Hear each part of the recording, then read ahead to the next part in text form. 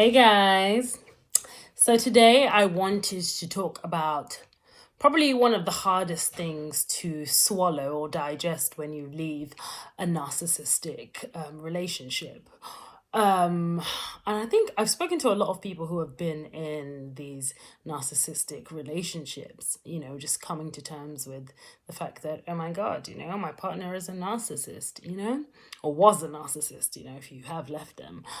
And I think one of the most common themes, one of the most kind of, popular kind of things that a lot of the people were saying that had been abused by narcissists was that it was all a lie. That's the biggest kind of pill to swallow. Like, oh my God, how could I be so stupid? How could I be so foolish? How could I not know that this was all fake? This was all a facade. This was all just to, build me up so you could drop me from high up and really really hurt me. This was all intentional. This was all a cruel game to you.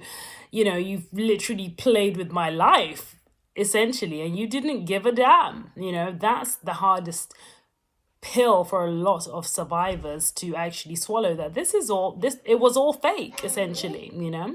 It was all fake. So it really does hurt. I mean, even for myself, just going through that entire experience, I can really really relate with that, because it's kind of just like, no. And then you have this kind of cognitive dissonance, like, no, it can't be. That's what causes the denial.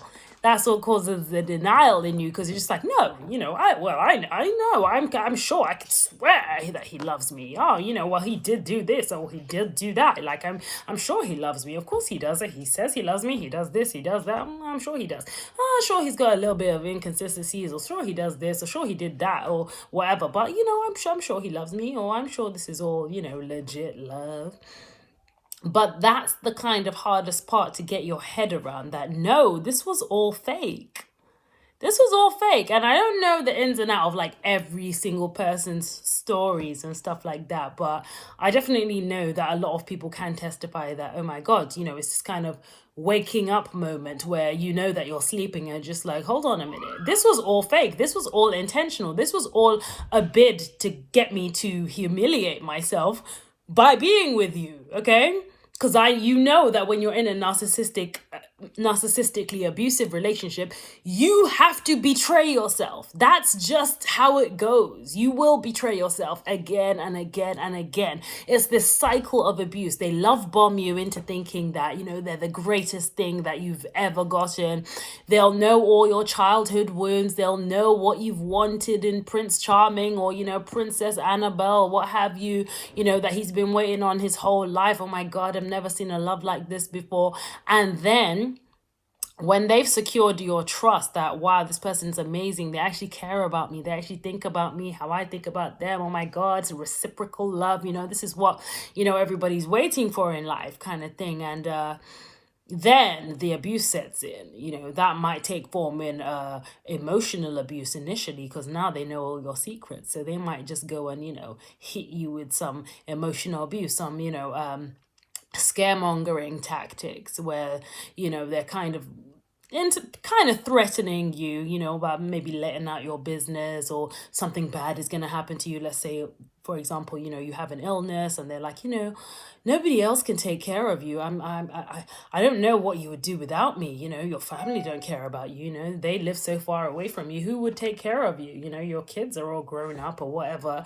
You don't have anybody to take care of you except me. So that's kind of messing with your mind, because you're actually thinking, yeah, oh my God, I really need to rely on this person. I need this person. They wouldn't be around if they didn't care about me, right? Who else would stay with me in my illness? So they're kind of messing with your mind like that, and they'll really get you to trust. They might make huge commitments with you initially, starting a business, or, having a kid, or, I don't know, doing some kind of big kind of financial gesture, or like moving in together, or what have you. There's, huge commitments where you think, yeah, this person is actually into me, and then it might take shape in physical abuse, where it might start with a little push in an argument, or just a bit of aggression, even stopping you from leaving. If you're gonna leave a house or whatever, if the person's getting aggressive and you're trying to leave and they're stopping you from leaving and saying you're not going anywhere, or taking your belongings and your phone, your keys, your laptop, or what have you, and seizing your goods, like, that person is physically abusing you by doing all those things. It's physically abusive to restrict you from leaving a home or something like that. Or they might just go all in and give you a slap or a punch, or just full on beating. That might set in. A lot of sexual abuse as well might set in, and you might just think, okay, they might just be a bit out there with the sexual acts. Okay, a little sexual, they're a bit adventurous or what have you. So I'm not really used to this, but okay, let me make myself uncomfortable. Let me betray myself in order to keep this person happy. Okay, I'm not really comfortable with that. I think you all heard Mel B talking about this, in her marriage to her narcissist, Stephen Belafonte, and she was saying, he got her to engage in, threesomes and stuff like that, and made her record it and stuff like that. So obviously he would have something to hang over her head later. You did orgies, you did, X, Y, and Z, etc. What an example you are, what an example mother you are, what example, kind of person you are, essentially. So they'll get you to do stuff that you don't want to do. Just betray yourself. Like, that is just what is required to be in these relationships with a narcissist. You have to betray yourself. They will get you to betray yourself. Why? Because it's so devastating at the end, when you just know that it was not like nothing was worth it. It's just not worth it with a narcissist. Like, if this person is just wicked to the bone, like, you cannot change them.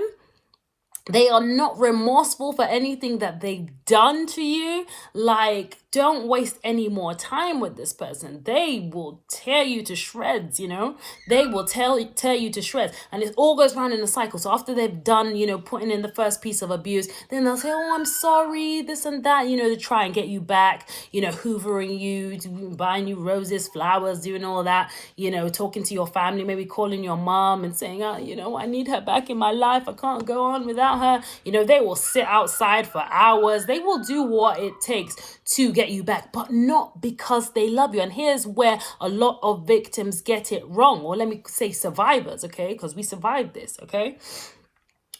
Here's where we get it wrong. We think that they're hoovering us up.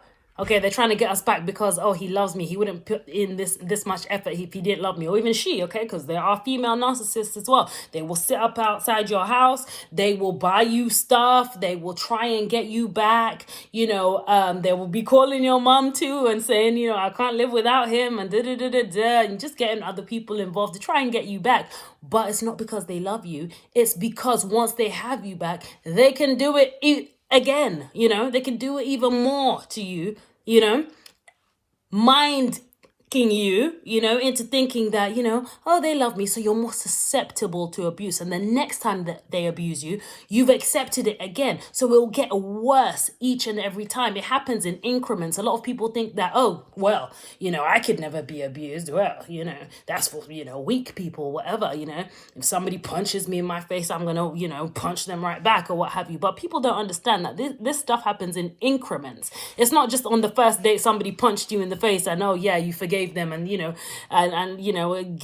up getting married and having a couple kids. Like, it doesn't work like that. It happens in increments, because these abusers, they test the waters, okay? They get you to invest a lot in the beginning so that you trust them, okay? So you might believe that this person loves you so much, but that's not the case, okay?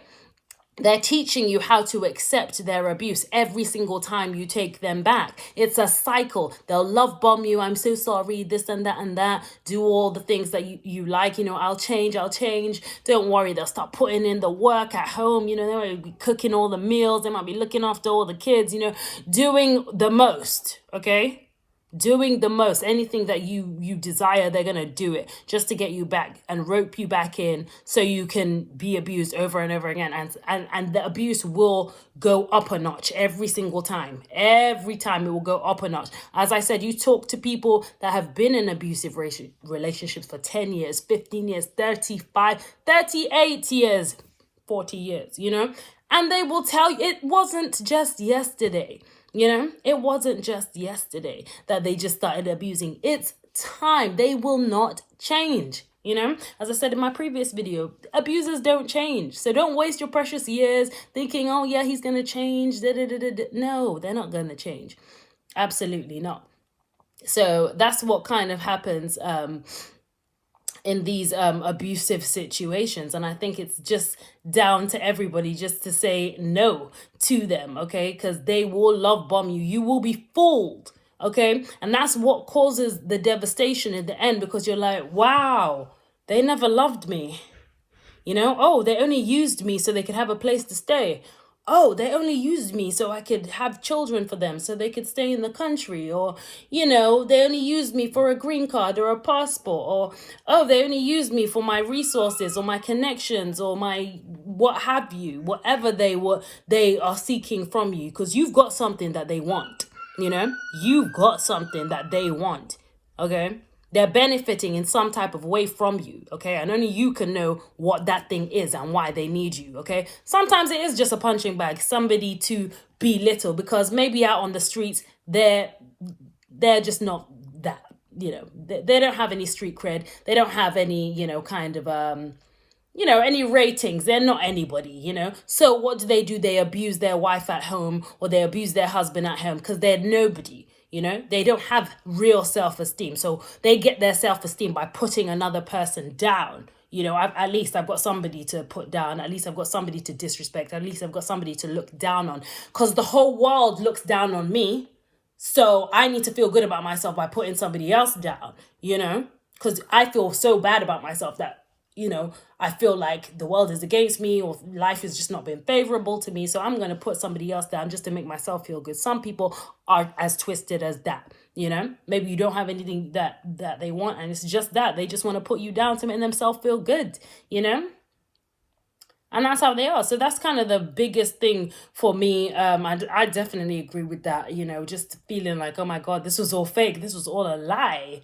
How could somebody, start a whole relationship with you and do all these things and trick you and do all these things? Sick. Like, it's just sick. It's just sick. Like, to have from the onset that I'm just going to fool this person, like, it's just like entertainment for them to just go in these relationships, make you fall in love with them, get you, in their little hook, and then when they know they've hooked you, drop you on your head, just drop you on your head, see how you're going to be scrounging around and, oh, what's wrong? What did I do? And going all around them for trying to find out what you did wrong and all of this business. And they're just enjoying the whole scene, watching you grovel and doing all that. They love it.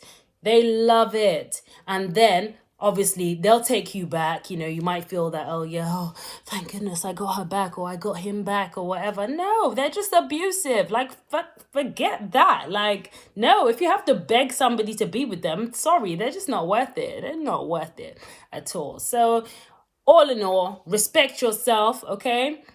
Respect yourself, because I'm just sharing a story from a person who has been through it and survived narcissistic abuse, and I know the pain of that. So I just want to educate somebody else, okay, who might be going through it but probably doesn't know their partner's a narcissist, because I didn't know my partner was a narcissist, let me tell you that. So I think it's so important that we get it out there. Let's start educating people on exactly what a narcissist is and what to look out for in these relationships. If you hear any of the kind of things or examples that I'm talking about here, what's going on with you, you might want to start looking at that partner and thinking, could this person be a narcissist? Am I being abused? Those are the questions you need to ask, and do not be in denial, because there's so many people, you're not going to be in this, weak and timid category. Oh, no, it can happen to absolutely anybody. That's why people that sit over there and say, oh, that can never be me. That can never be, trust me. To be fair, I think I probably was one of those people in the past, saying, "Oh, that could never be me. Oh, that's just for weak people. That's just for people that can't stand up for themselves and stuff like that." Nah, trust me, these people are chameleons. Chameleons, okay? It can happen to the smartest people on this earth, okay? The smartest profession that you could ever think about, the most self-confident person that you could ever think about, because they get into your mind. They get into your mind. When somebody's so close to you, okay, they can start to imitate you. When you're around a friend and then, you start to kind of act like them, or, you start to say the same slang as they do or whatever. This person is watching you. They're watching your every single move when you're so close to a narcissist. They're collecting information. They're collecting data. Yeah. So they kind of know how you go on, what makes you tick, what makes you happy, what makes you, they just gaining information. So it's very easy to fall into the hands of these people who are chameleons. They'll change, okay? If you're into this, they'll be into that too. If you're into that, they'll be into that too. If you like this, they'll like it too. They will change just to get you thinking, oh, I can trust this person. We're so alike. We've got so much in common. And then that's when it happens. So just spreading awareness on narcissistic abuse, such a painful form of abuse to go through, and my heart goes out to anybody who has been through it, is going through it, or has survived it.